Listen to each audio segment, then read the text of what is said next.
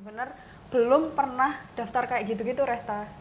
Oke. Jadi konten yang pada mulanya itu pada mulanya itu dari hobi, pada akhirnya bisa jadi komersil. Jadi untuk saat ini ya, Untuk Resta, saat ini. aku cinta dengan itu. Cinta melakukan menjadi konten kreator ya. Iya, jadi fokus utama aku itu bukan untuk dikomersilkan sebenarnya. Oke. Itu 300.000, Resta. Oke, Kak. Iya. Oke, ini bisa nih, teman-teman. Oke. Itu take video ya. Take video 3 video. sampai 4 jam. Belum ngeditnya. Belum ngeditnya.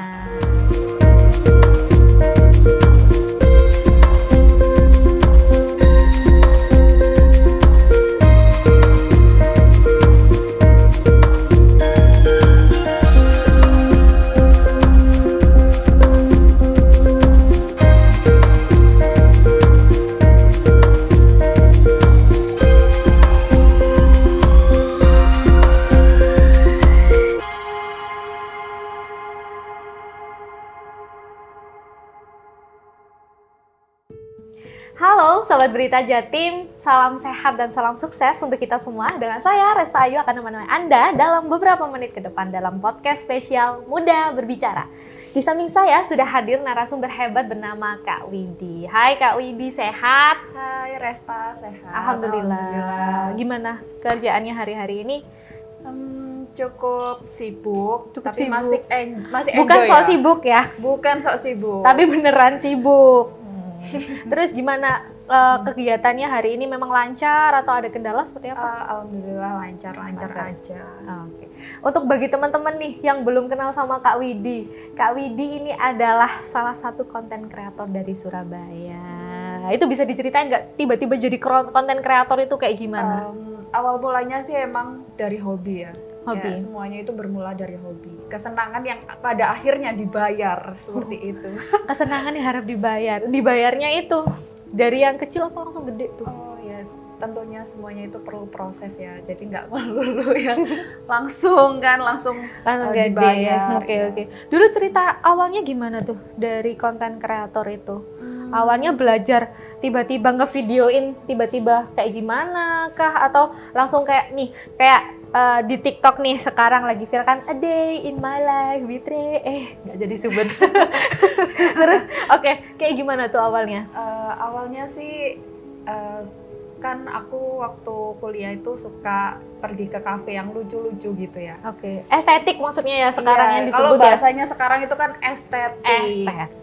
Nah, kebetulan pada saat itu karena jam kuliahku itu sangat fleksibel, bisa milih waktu sendiri. Jadi aku sama teman-teman itu suka datang ke kafe yang lucu-lucu, terus aku kontenin di sana. Okay. Itu sih asal mulanya. Terus pada akhirnya bermula jadi kebiasaan yang yaudah aku do it for fun aja, do it for fun, do it for love aja. Nggak ada yang kepikiran kalau hal itu akan menjadi uang atau dikomersilkan seperti itu.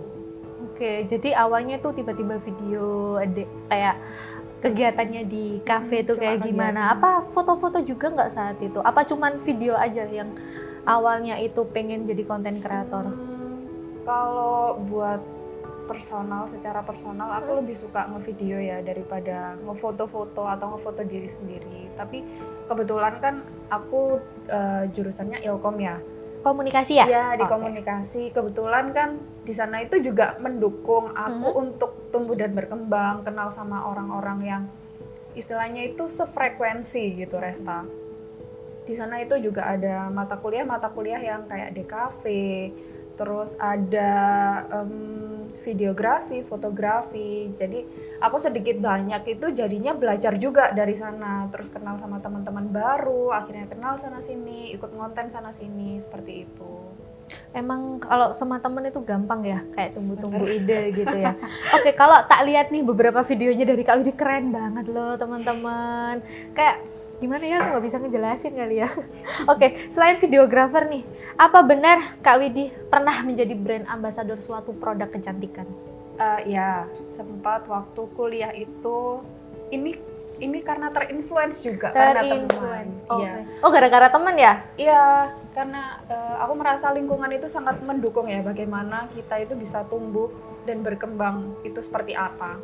Jadi kebetulan teman aku itu juga ikut si brand ambassador ini, boleh Oke. disebutkan? Boleh nggak ya? Oke, boleh Iya, kayaknya, di salah boleh. boleh ya? Iya, di Iya. salah satu brand ambassador ini. Terus teman aku itu mungkin karena ngelihat aku sering konten ya, sering konten, ini lo coba ikut daftar aja. Jadi itu aku bener-bener belum pernah daftar kayak gitu-gitu, Resta. Oke. Jadi konten yang pada mulanya itu pada mulanya itu dari hobi, pada akhirnya bisa jadi komersil. Jadi sesuatu hobi yang dibayar. Nah, sejak aku ikut brand ambassador ini, aku di setiap bulannya ada tugas-tugas yang harus aku penuhi. Jadi kayak bikin konten, dan kebetulan ini kan produk kosmetik ya. Oke. Jadi aku kontenin diri aku sendiri seperti itu. Oh, berarti ini kontenin kalau pakai produknya gitu Iya. ya. Setelah bikin konten kreator itu, maksud saya konten tentang kecantikan itu memang ada dampaknya nggak sih dari si produk itu atau dari Mbak Widinya sendiri? Dampak ke aku dulu Dampak ya. ke Mbak dulu aja. Jujur Resta, aku Jujur, tuh silakan. orangnya sangat pemalu sebenarnya. Emangkah terlihatkah kalau malu? Iya, aku tuh sebenarnya bukan nggak suka ya, yang nggak seberapa pede di depan kamera. Oke. Jadi aku itu lebih suka di belakang layar. Tapi Oke. karena pada akhirnya aku diberikan jalan untuk ikut brand ambassador ini, itu memaksa aku gitu jadinya. Ya gimana ya caranya biar aku creating konten dengan cara aku sendiri, tapi aku juga mengembangkan diri gitu loh, Res. Karena di sana itu kan ada briefnya, jadi aku nggak bisa bikin konten itu semauku sendiri kayak gitu. Emang berarti ada panduan-panduannya yang harus diikutin ya berarti Pasti, saat itu. Iya. Oke, kalau bagi si produknya sendiri ada nggak Mbak impact-nya? Mungkin bagi produknya awareness ya, Resta. Awareness. Iya, betul. Ini masuk ke teori komunikasi ya, setahu saya ini. Kalau nggak salah nih ya, gimana itu berarti awareness-nya? Ya kayak mungkin yang dicari di brand ini itu bukan orang lihat konten aku langsung pingin beli, enggak, tapi orang lihat konten aku karena oh ini loh dia membawakan brand ini, pada akhirnya orang lain jadi kenal si brand ini. Oh ini ada produk baru, jadi gitu. Oke gitu. Asli ya memberi dampak nggak sih? Karena kan memang awareness kan perlu bagi suatu teman-teman atau sekelompok orang yang belum tahu produk itu penting banget sebelum Paling mendasar ya, paling mendasar banget brand sebelum awareness. Iya, brand awareness. Apalagi ya aku lupa nih. Wow, kuliahku tidak berguna ini. Oke, selain brand ambassador sangat keren sekali ya, pernah jadi sosial media spesialis. Itu bagian apa Kak Widi? Jadi sosial media spesialis ini itu karena aku magang, Resta. Oh, karena magang. Iya, jadi aku magang di salah satu fokusnya ke food and beverage ya, jadi kayak resto gitu. Kebetulan di sana tugas utamaku itu lagi-lagi di belakang layar. Jadi aku yang menyusun konsep konten, yang buat konten mingguan, konten bulanan kayak gitu. Tapi aku juga kebetulan di sana ikut eksekusi konten juga sih, Res. Jadi kayak misal ada opening apa gitu, aku ikut di sana, bantu bikin reels misal, video Instagram atau ikut nge-story kayak gitu. Oke. Kak Widi sendiri pernah bilang kalau punya ciri khas sendiri dalam membuat konten kreator, konten ya. Ciri khas apa yang dikeluarkan dalam konten ini nih yang membuat beda dengan konten-konten yang lain? Kan di sini udah banyak nih di TikTok, di YouTube banyak konten kayak menceritakan tentang keseharian, tentang a day in my life in college ya kalau nggak salah, banyak yang kayak gitu, atau sekedar mukbang makan. Itu apa sih yang membedakan? Sebenarnya bingung juga ya kalau ditanya ciri khas kalau bukan orang lain yang menilai. Oke. Tapi aku merasa bahwa aku cukup adaptable kali ya kalau untuk perkontenan, karena seperti yang aku bilang tadi, pada saat aku jadi BA, aku kan sebenarnya sulit ya buat di depan layar. Ya aku bisa gitu loh, gitu sih. Oh, berarti lebih adaptable ya kayak gitu. Oke. Dibuat konten apa? Oke. Mungkin bisa Kak Widi disebutkan nih strategi. Kok jadi ketawa? Oh, Resta. Oke, bisa disebutkan strategi apa nih yang harus dilakukan agar konten kreator atau konten-konten ini agar masih bisa tetap eksis? Strategimu apa? kan di sini banyak nih, bukan saingan ya, lebih tepatnya apa ya kayak gitu ya nyebutnya. Kayak banyak konten kreator yang baru muncul, baru eksis, tapi Kak Widi ini tetap steady atau tetap kuat lah. Yang bikin ciri khas tadi itu yang kayak gimana sih strateginya? Konsisten seperti apa? Konsisten maksudnya misal aku kan punya di TikTok ya kebetulan Oke. punya Kita belum followan loh. what we did do on weekend. Jadi karena aku Senin sampai Jumat itu jadi budak korporat. Budak korporat. Kita sama-sama budak korporat. Oke, lanjut. Iya, karena di Senin sampai Jumat aku itu jadi budak korporat. Oke. Jadi aku menggunakan weekend aku itu melakukan hal-hal yang aku suka. Salah satunya Oke. adalah konten. Nah, di situ aku berusaha untuk konsisten buat upload di setiap minggunya. Jadi ngontenin ngapain aja aku waktu weekend kayak gitu. Oh, berarti time management atau baginya Senin sampai Jumat kerja dulu, terus baru bikin kontennya di Sabtu Minggu. Iya, karena juga bukan nggak memungkinkan sih, nggak ada waktunya Resta. Nggak ada waktunya. Pergi pagi, Pulang malam. pulang pagi. Oke. Kalau dari ini apa ya, tentang konten kreator sendiri nih, kalau dari Mbak Widi ini mau tujuannya seperti apa sih kalau konten kreator itu sebenarnya? Untuk saat ini ya. Untuk Resta. saat ini. Aku cinta dengan itu. Cinta melakukan menjadi konten kreator ya? Iya, jadi fokus utama aku itu bukan untuk dikomersilkan sebenarnya, Oke. bukan untuk dibayar ya, karena aku memang suka buat melakukan itu. Jadi ngerjainnya itu enjoy gitu, Resta.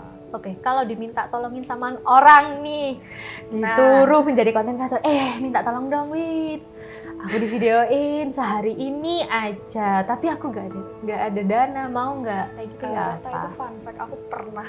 Oh, fun fact. Pernah Oke. di tahap seperti itu dan Oke. I did it for free gitu loh. You did it for free, Yes. and then And then bukan aku sih yang sadar, tapi orang-orang di sekitar, kamu kok mau sih nggak dibayar Oke. gitu. Ya pada akhirnya aku mau tidak mau harus menetapkan tarif.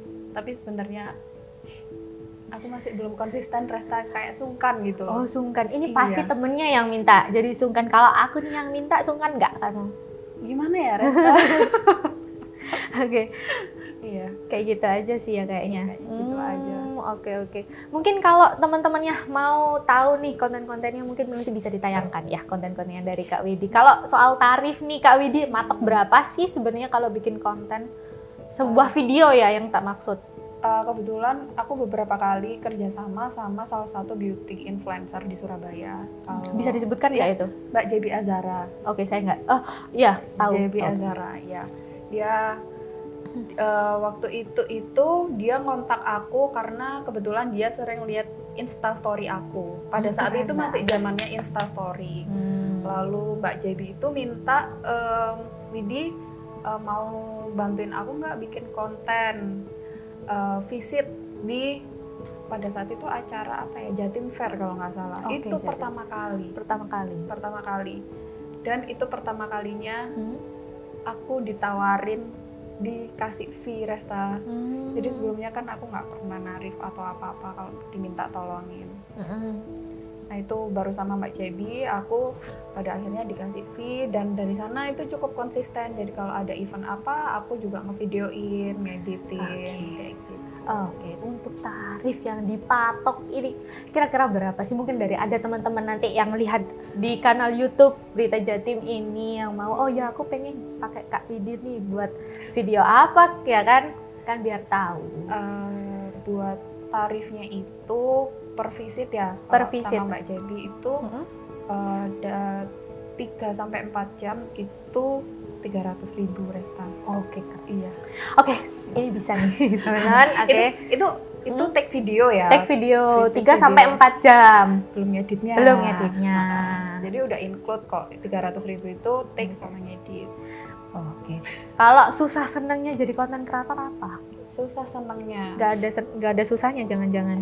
Senangnya ketemu sama orang-orang baru sih. Ketemu sama teman-teman konten kreator yang lain kayak gitu. Terus karena aku cukup sering ya ikut sama Mbak Jebi, ketemu sama beauty influencer, kayak kenalan sama teman-teman baru, ngerti caranya mereka kalau bikin konten itu seperti apa gitu. Jadi aku juga cukup memperhatikan itu. Gitu sih, itu senang ya. Kalau nggak enaknya apa ya? nggak ada ya. Suka deg-degan. Suka deg-degan apa ya? Kenapa? Iya, kadang itu ngerasa nggak pede. Ini worth it nggak sih konten aku itu? Kayak video yang aku bikin itu worth it nggak sih buat dibayar sama si klien kayak gitu istilahnya. Tapi mostly customer pasti satisfied ya. Semoga. Harus ada ratingnya nanti kalau pakai jasanya ya. Oke, mungkin untuk teman-teman barangkali nih ada yang mau tanya, aku Kak bingung pengen banget buat konten tapi aku bingung mau konten yang seperti apa. Kalau dari Kak Widi sendiri bisa menyarankan konten-konten apa sih yang paling mudah untuk teman-teman pemula yang pengen jadi konten? A day in my life. A day in my life. Betul. Oh gitu. Iya. Oke, itu yang lebih mudah ya, kayak sehari-hari ya mungkin ya. Sehari-hari. Jadi kalian melakukannya mungkin nggak bakal berat gitu loh. Gitu. Untuk kalau belum bisa edit Kak Widi kayak gimana tuh? Nah, ini.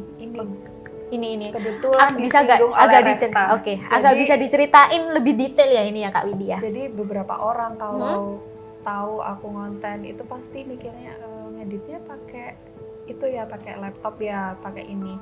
Nah, menurutku buat mengawali sebuah produksi konten yang diunggah ke sosial media itu gunakan device apapun. Oke, jangan memaksa ya. Jangan memaksa, udah gunakan device apapun. Terus untuk editing, pasti kita nggak langsung perfect kan ya Resta. Pasti kita ada proses belajar, ada proses cari tahu. Nah di sana aku menganut practice make perfect gitu loh. Jadi aku tidak mempermasalahkan tools apa yang dipakai untuk edit. Kebetulan aku ngeditnya pakai HP, pakai iPad. Oke. Dulu awalnya edit videonya pakai aplikasi apa itu?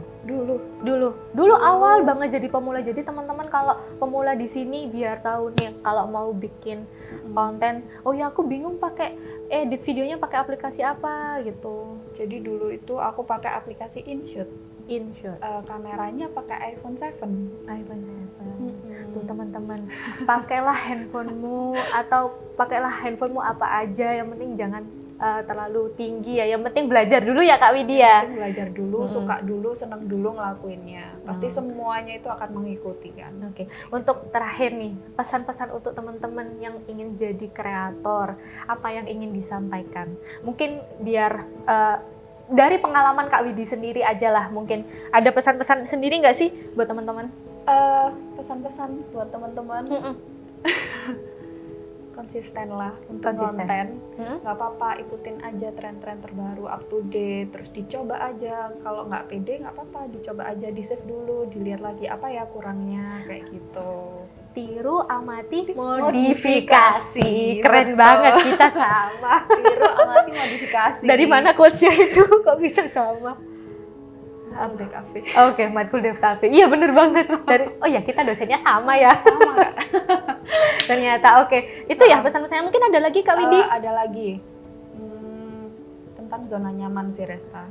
Jadi orang-orang tuh kan selalu bilang ya ke kita, kamu keluar aja dari zona nyaman. Kalau kamu nggak keluar dari zona nyaman, kamu nggak bakal berkembang kayak gitu kan. Gimana tuh? Nah, menurutku setelah aku mencoba keluar dari zona nyaman dan aku tidak cocok dengan sesuatu hal itu ternyata membuat aku semakin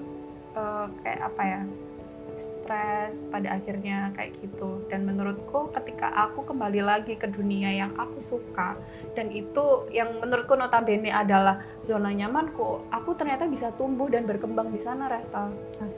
Pada akhirnya kan kita happy, proses belajar kita itu pada akhirnya jadinya happy gitu. Dan semuanya pasti mengikuti. Oke, yang bisa aku simpulkan nih. Yang pertama, konsisten ya. Iya, Oke, konsisten ya teman-teman kalau buat konten. Jadi dengan konsisten itu nanti jadi kebiasaan, jadi bisa upgrade di situ ya. Yang paling penting juga nih, lingkungan, carilah teman atau lingkungan yang mendukung tentang hobi ataupun soft skill lainnya, karena itu nanti mendukunglah ke-upgrade-an kita di suatu saat hari nanti gitu. Tambah channel juga, Resta. Tambah channel, tambah saluran. Oke, baik. Oke, terima kasih ya Kak Widi mau berbicara atau talking nih sama Resta di podcast ini. Untuk teman-teman, terima kasih. Sampai jumpa lagi dengan saya Resta Ayu. Pamit undur diri. Terima kasih. Salam.